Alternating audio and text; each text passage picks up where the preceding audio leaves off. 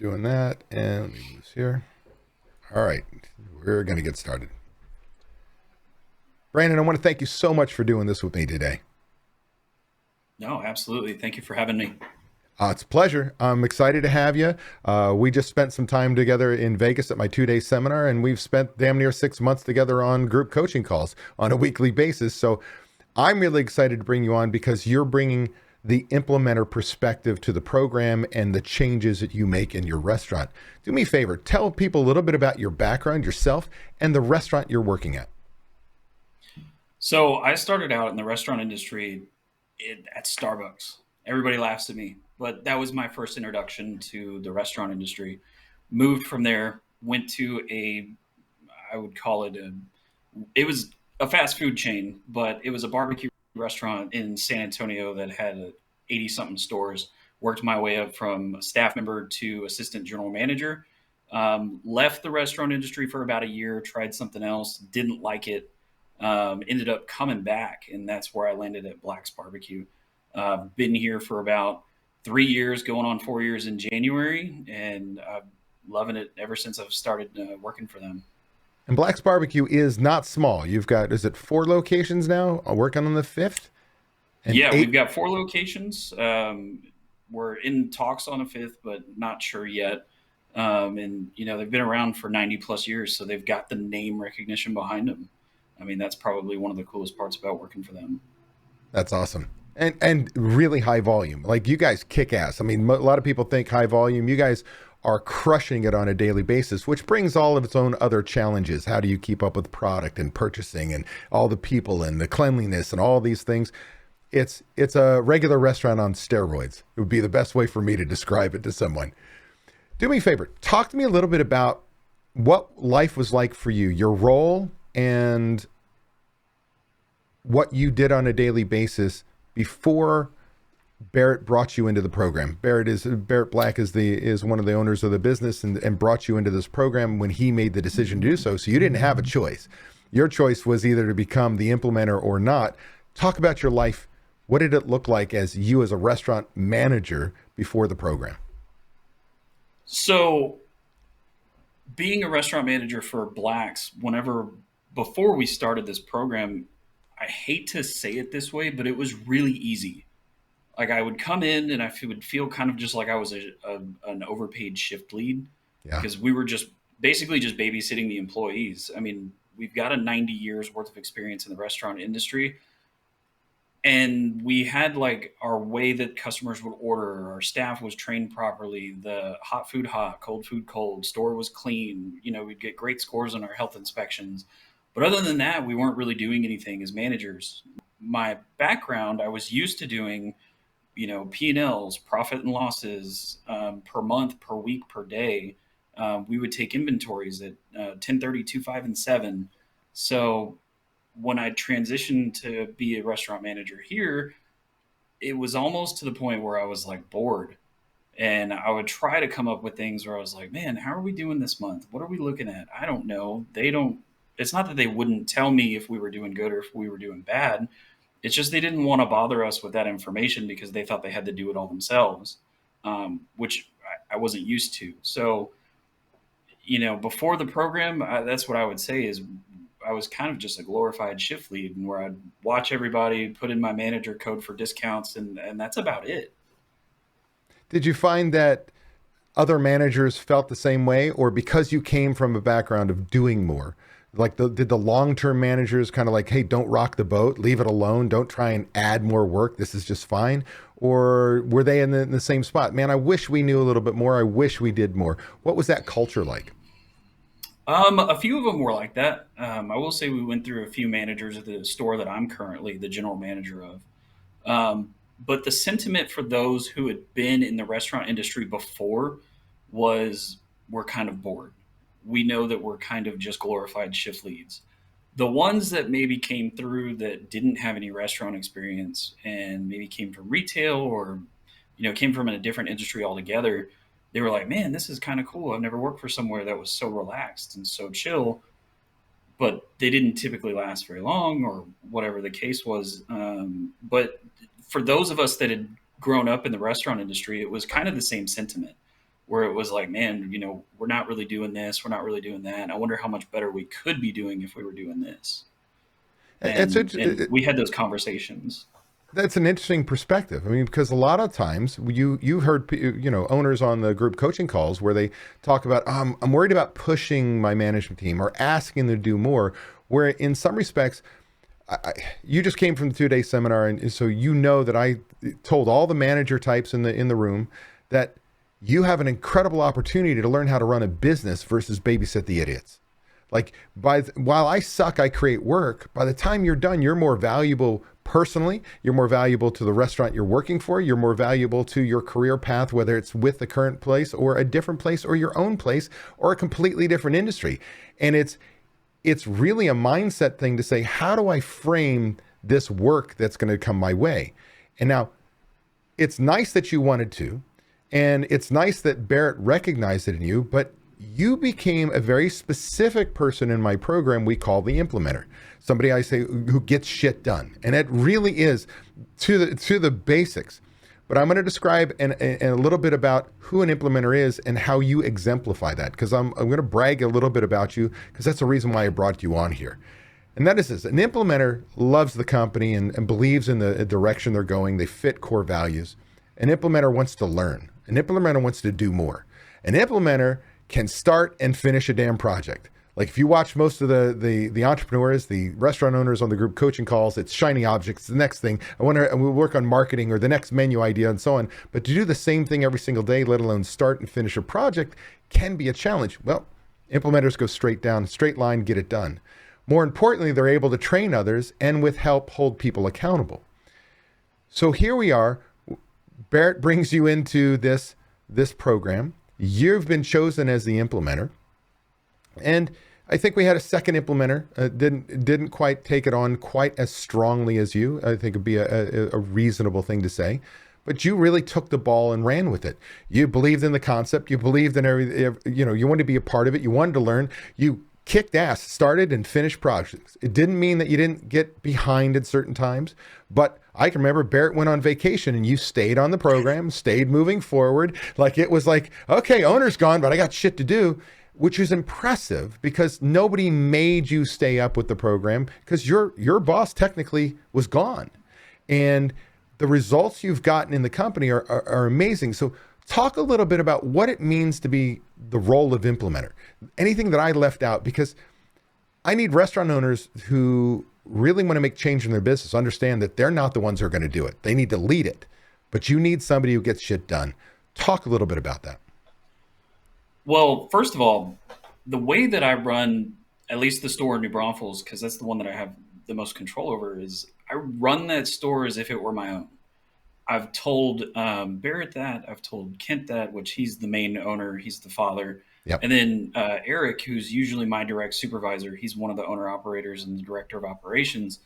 I've told them that before. Hopefully they see that based off of the actions that I take in the store on a daily basis. But I think that's probably one of the biggest things is I try to take ownership and the responsibilities that I have in the day-to-day operations of that store. So if something goes wrong, it's a reflection on me. If something goes right, it's a reflection on me. If my staff isn't trained properly, it's a reflection on me. So I think that's probably the biggest thing that was my driver is I want to see how our store is doing. I want to make sure that, we're the best that we could possibly be. Um, that's the way that I kind of approached it. So I didn't need somebody standing over my shoulder telling me like, "Hey, we need to make sure that we're doing this." It's no, I want to know. I want to know that this is where we need to be. I want to know that I can do these numbers. I want to know that, I'm as profitable as we can be because if I am, then there's there's more that I can strive for to do, helping the other stores or getting things in line to where our store is just functioning where even I don't have to look at it sometimes. A well-run store should kind of run on its own at a certain point where you don't have to stand over everybody's shoulders and make sure that they're portioning things properly or that they're helping the guest as soon as they walk in.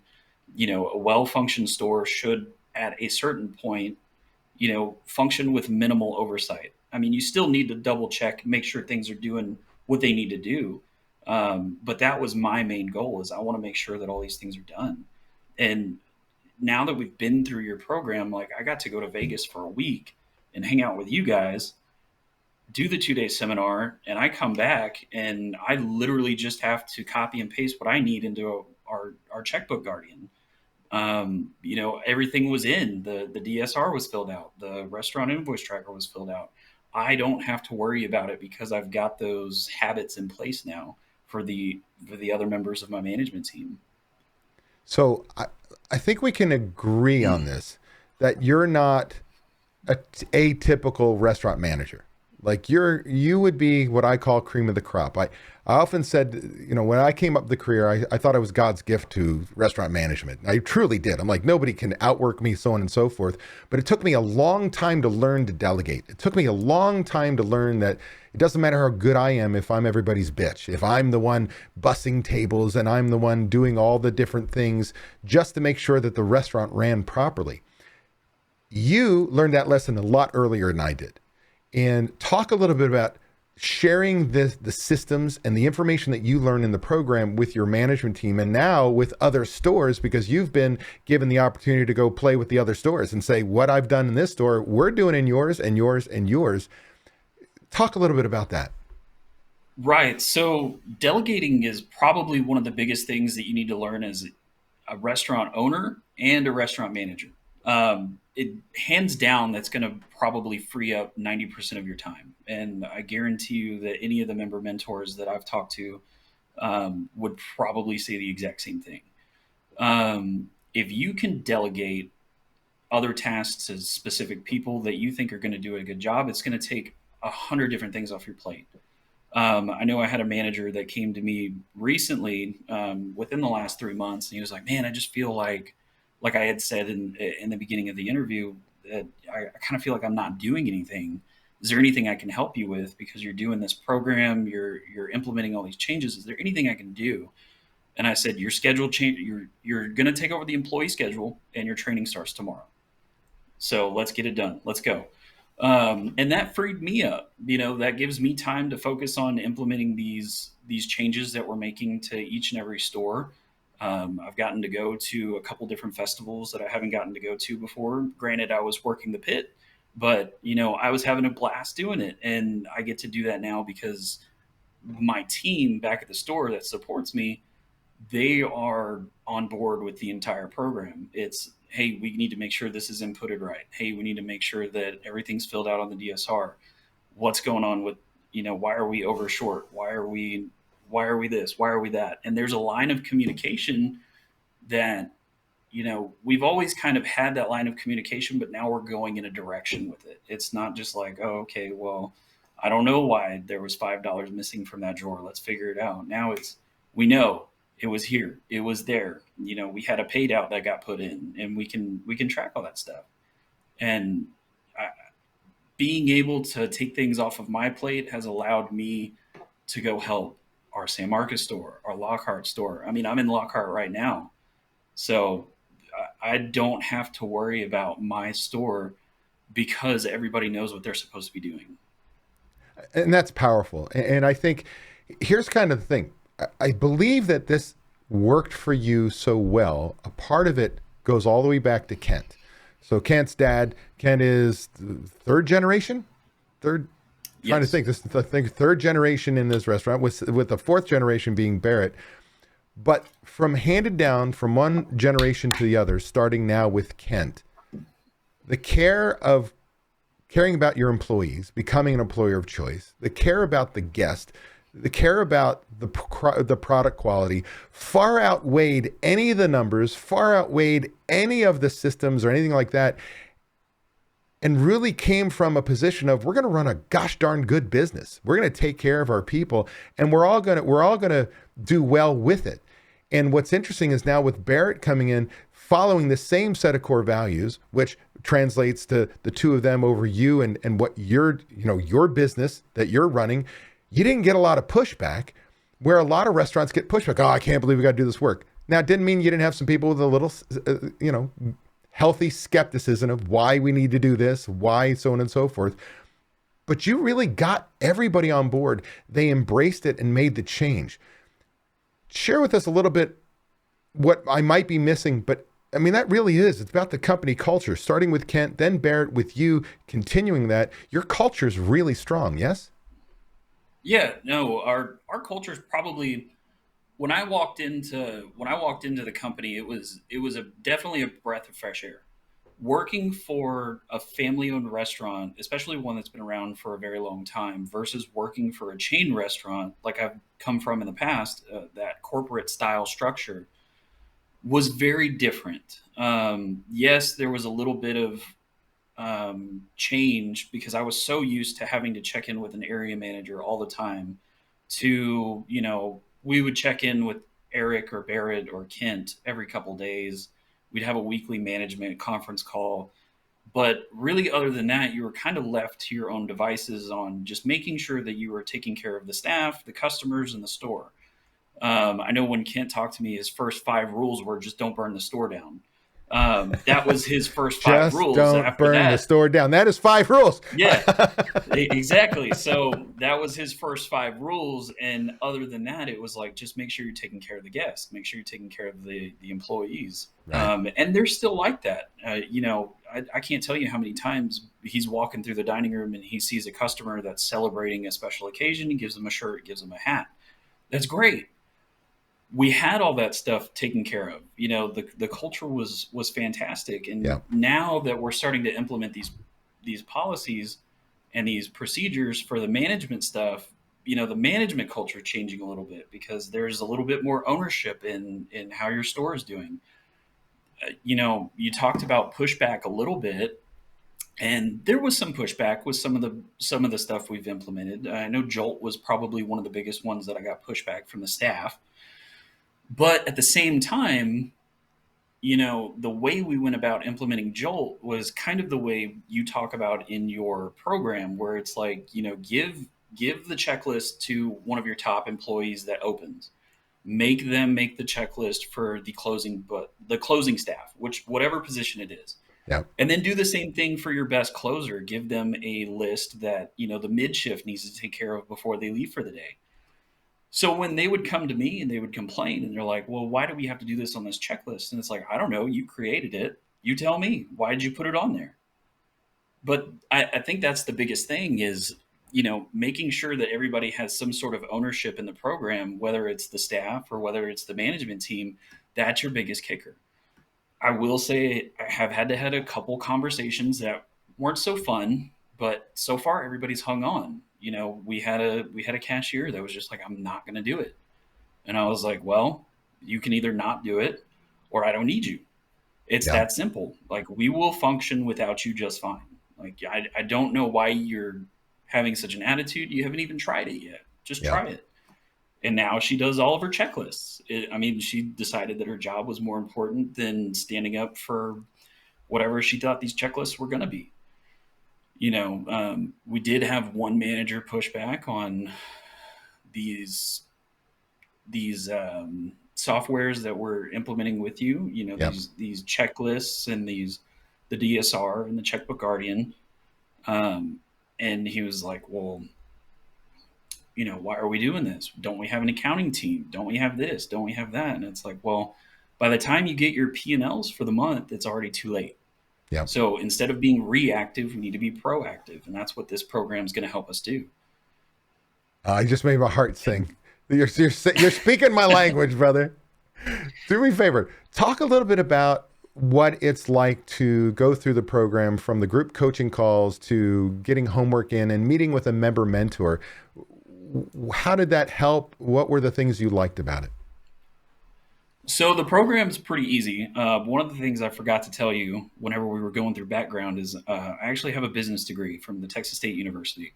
So I do have a 4-year bachelor's degree, and it was basically like I was in school again. But it was like I was taking a class specifically for restaurant majors. That's Yeah. how I looked at it. Um, you know, you would click on your videos, go through the presentation, which was basically a lecture. Of course, it had, hey, these are how tos on how to do these spreadsheets. So it was nice to be able to refer back to those once we were starting to implement them. Be like, okay, well, this isn't quite adding up right. What am I doing wrong? Let's go back. Let's watch the video. Let's see. Let's troubleshoot.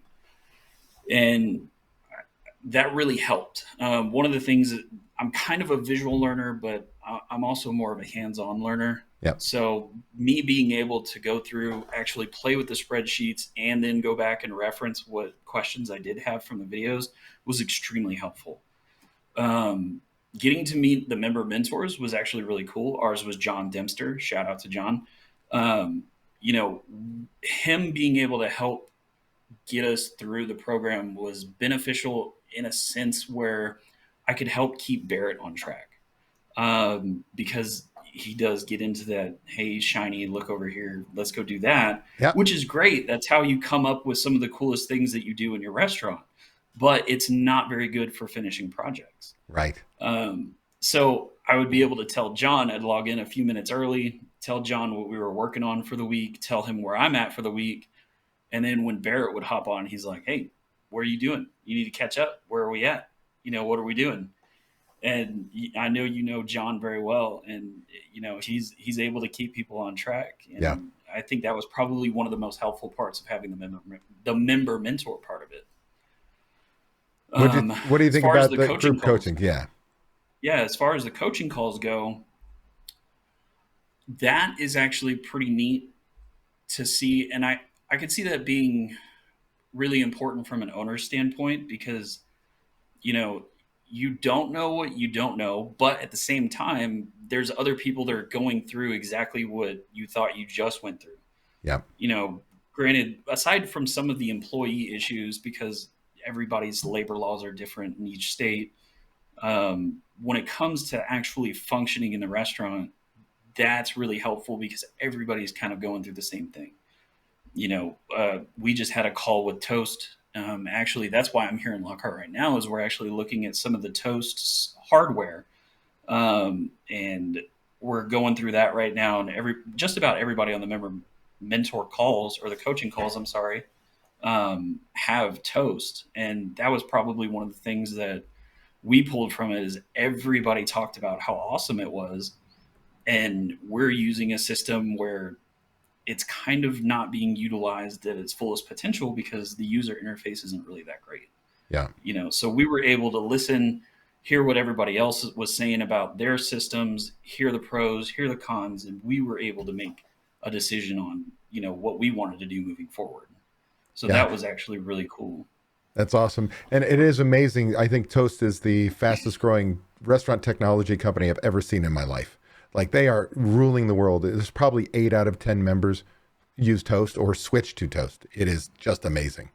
Talk to me a little bit about what some of the first changes that you put in place and what the results you saw. Like, when did it start to click and you go, man, this shit works?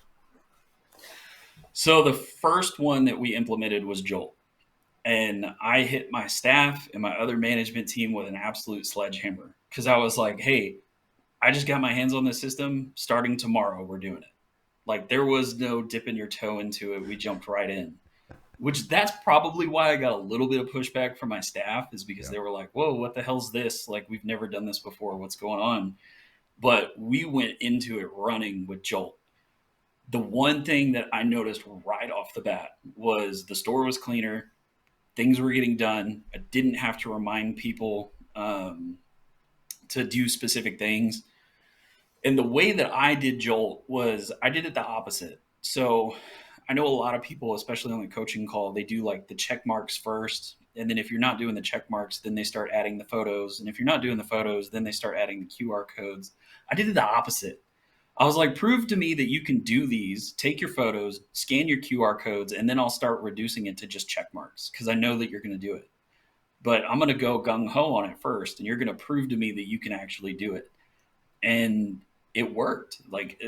We got a health inspection, ended up scoring a 100 out of 100 on it, which Wow. was awesome. Yeah. But the store is clean.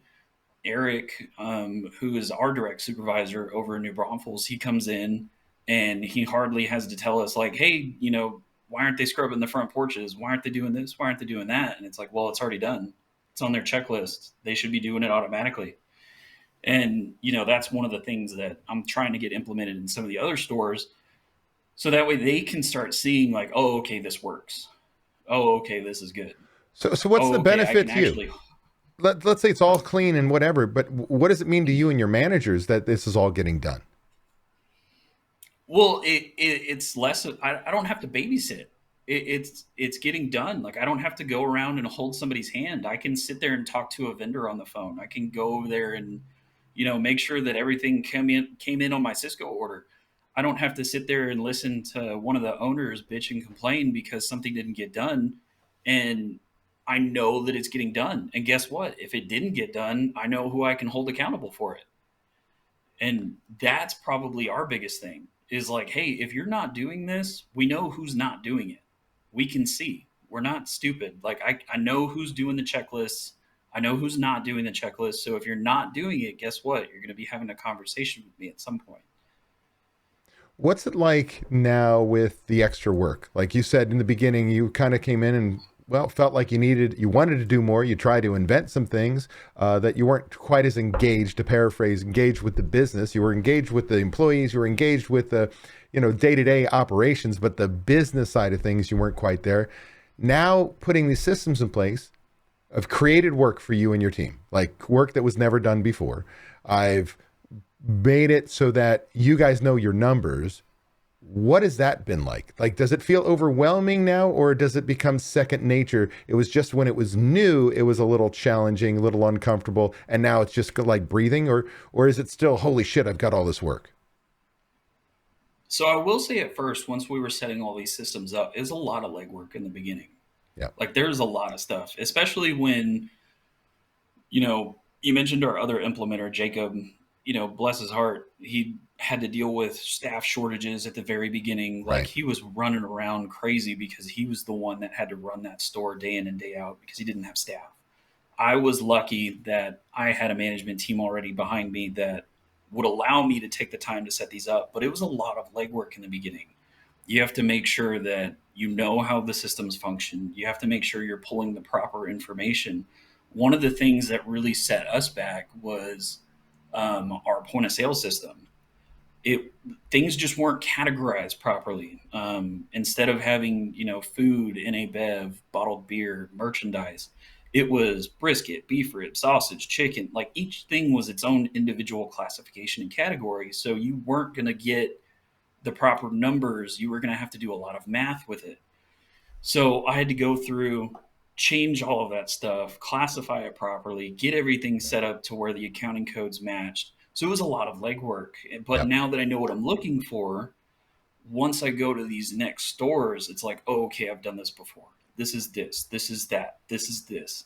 I can pull those reports, see what's classified improperly, fix them, and then plug them into the DSR and they work.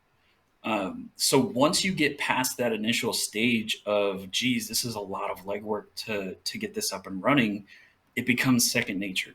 It becomes a habit. It's like, okay, this was done, this was done, this was done. Cool. Now I just need to copy and paste into my checkbook guardian, and we're good to go. I think that was probably the hardest part was getting started. But then once you get past that, it gets way easier. that's awesome. And does your management team think about it anymore either, or is it just kind of the way you do things? No, it's just the way we do things now. It's we bring our checklist or we bring our invoices in, put them into the system, we stamp them, put them in our box that goes to the accounting department, plug all the numbers into the DSR, and it's done. Great. It's either done that night when you leave or it's done that morning when you come in. It's just second nature. Like I said, I went to Vegas for a week and I didn't have to worry about it. It was all done when I got back. Well, what's really awesome about that is Barrett was with you. And so, you Yeah. sit there, I know Kent's around and what have you. But nobody has to babysit because you've got the systems. You're imposing your will without being there. You could go on your phone and see where the Jolt checklist's on. You could go online and see that the DSR tracker was done if you needed to double check. Like it's having that awareness to know that people know what they're doing. And I don't have to be there to hold their hand. I could be there to answer a question, but they know what they're doing and I can count on them. And I think for the most part, again, it takes you from being a babysitter of the idiots. And I don't mean our employees are idiots, but it's often what people say. It's like, I can't believe, because they didn't spend the time training them. They don't have the systems in place. They don't have a good, culture in their business and so on. So they create idiots. They didn't come to you that way. But it's where we feel like I'm just babysitting. I'm just telling people what to do every single day. Well, you go from 80 times a day telling them to, when you have the systems in place, to 10. But you're always going to have to tell them. That's our job. And Always. it should become more rewarding, because now you can sit at a meeting and look at where your prime cost is, and you can say, I know why my labor cost was high, and this is what I'm going to do to change it in the next 3 weeks. I know why food cost was high. This is what we're doing to combat it. Like, you're learning how to run a business. And I think it becomes so much more fulfilling than just showing up every day and being a glorified line employee, if you will. Oh no, 100%. I agree with that completely. What were some of the unexpected changes for you personally? You come through the program, like, I didn't expect that to be a change or a benefit. Was there anything like that for you? An unexpected change or benefit. One thing that I guess changed for me personally is I've actually gotten to tag along on a lot of different projects now, that I don't know if I would have gotten the opportunity to be a part of had Barrett and Kent and Eric not seen the way that I work during, these kind of situations. I've gotten to be privy to some information that most management members don't really get to know about. I've gotten to see some projects that we've got coming down the pipeline that are actually really cool. I don't know if I'm allowed to talk about them or not Oh, yet. don't need to. Um, yeah, don't need to. But that was probably one of the coolest things for me is, I've always wanted to be that guy that the ownership is able to go to, ask an opinion, and, they actually value what it is that I'm telling them. And now I've gotten to see that, hey, that's where I'm at right now. I've gotten to go to these things. I've gotten to go to Vegas and meet you, and go to that seminar. I've gotten to go see some projects we got working, and that's what I've always wanted. That's where I'm at right now, and hopefully there's a lot more to come. So we'll see. And you've been given more responsibility. Like, you're literally taking what you learned here and you're going to other stores and helping implement there, which is a positive negative. The positive is, man, you're valuable to the company. You've done a great job. High expectations, you can do it there. The negative is for that store to go, why does somebody from another store come into my store? And, in meeting you all at Vegas, or a group of them from the other store, I don't think that's going to be a problem, but it can be. It can bruise egos. Like, what, I've been running the store for a long time. Why is this other guy coming in and telling me what to do, when it's really to make your life easier? And again, that goes back to 100%. culture. 100%. But if you're going to be in that situation as an implementer, you just have to let them know, like, hey, I'm just here in a training role. Like, I'm just here to help you, which Yeah. I've had to do that. I've had to have that conversation, which I'm just here to help. I'm not here to get anybody in trouble. Yeah. Like, we're just here to make things easier. We're here to make sure that we know where the money's going. Not like the deposit money, but like just the money that the business brings in. I mean, you're constantly bringing money in and sending money out with your invoices. So, and it's important to know where that stuff's going, Yeah. and I think that was probably the biggest thing, is letting people know that I'm just here to help. Like, I'm not trying to get anybody in trouble. I'm just here to help. And that's what makes you a good leader. It's you don't look to put people down and say, look, I know how to do this, you're going to listen. It's you. Everything that I've observed is you bring everybody up around you.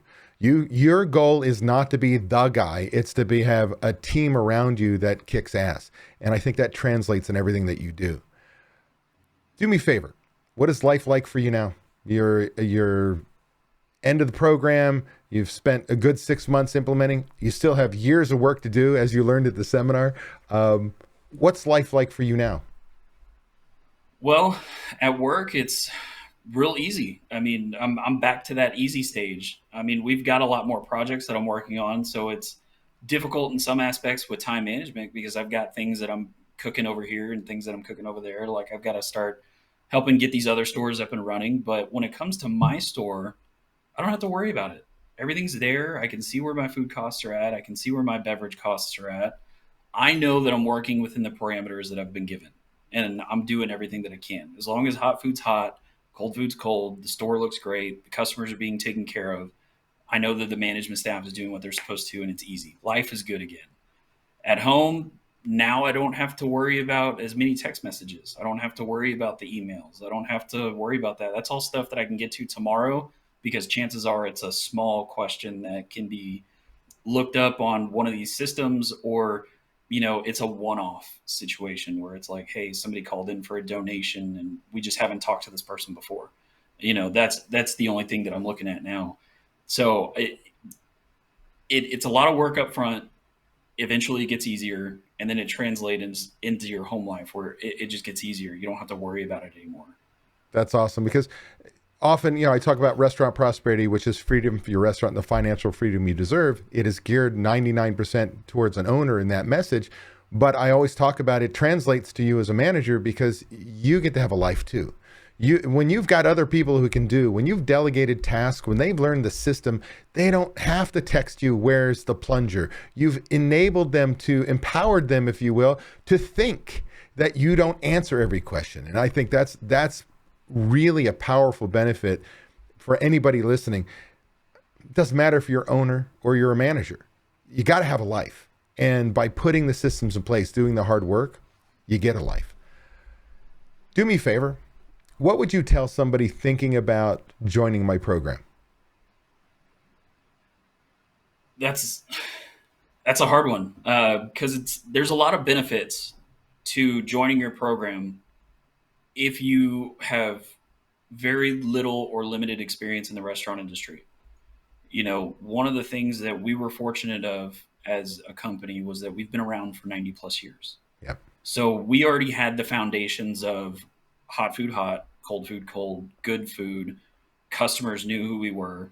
We've got the volume. Now it's let's tighten it up. But I can understand where people who just now come into your program or just now learn about who you are hesitant. And they may think that, hey, we've survived this long doing what we're doing. We could probably survive another, 6 months to a year. Or, hey, this guy probably doesn't know what he's talking about. It's probably a fly-by-night dude. But you're not. All these systems that you have are systems that a lot of these very successful chain restaurants use. And what I would tell a mom and pop restaurant that is looking to join your program is, do you want to be successful? Do you want to do the same things that those larger restaurants do that make them successful? Because I know as well as I do that those chain restaurants can go through people like nobody's business, but the systems stay the same. Right. If you're a mom and pop restaurant, that manager that you have may be your downfall. If they leave, if they stay, who knows? But if you put those systems in place where you can get rid of that person, or if they leave, or if they find something better, because it's not always a bad thing that they leave, you still have the capability to show somebody else the exact same systems and they continue in perpetuity. That's probably the biggest thing that I would tell somebody is, if you want your legacy to live on, you need to have these systems in place so that way it can. Very well said. I'm gonna steal that. I'm gonna listen to us afterwards. I'm gonna steal it. It's gonna come out of my mouth. That's good shit. Go right ahead. You're more than welcome to have it. Brandon, I appreciate you taking the time to talk with me today and share the story. Do me a favor. Last thing, is there, anything that that we didn't talk about, you want to share, a favorite quote, a book, something, or anything about the program? This is your time. What would that be? Absolutely. So one of the things that I think we need to touch on is, because I'm sure this happens quite a bit, and I'm sure you've seen this happen quite a bit, is implementers and owners need to have an open line of communication. One of the things that I've always said when I first started working for any company was that not every time am I going to tell you something that you want to hear. I may tell you something that you need to hear. And owners and implementers need to have those sometimes hard conversations, but implementers especially need to know how to have those conversations properly without sounding disrespectful. Yeah. Or without sounding critical.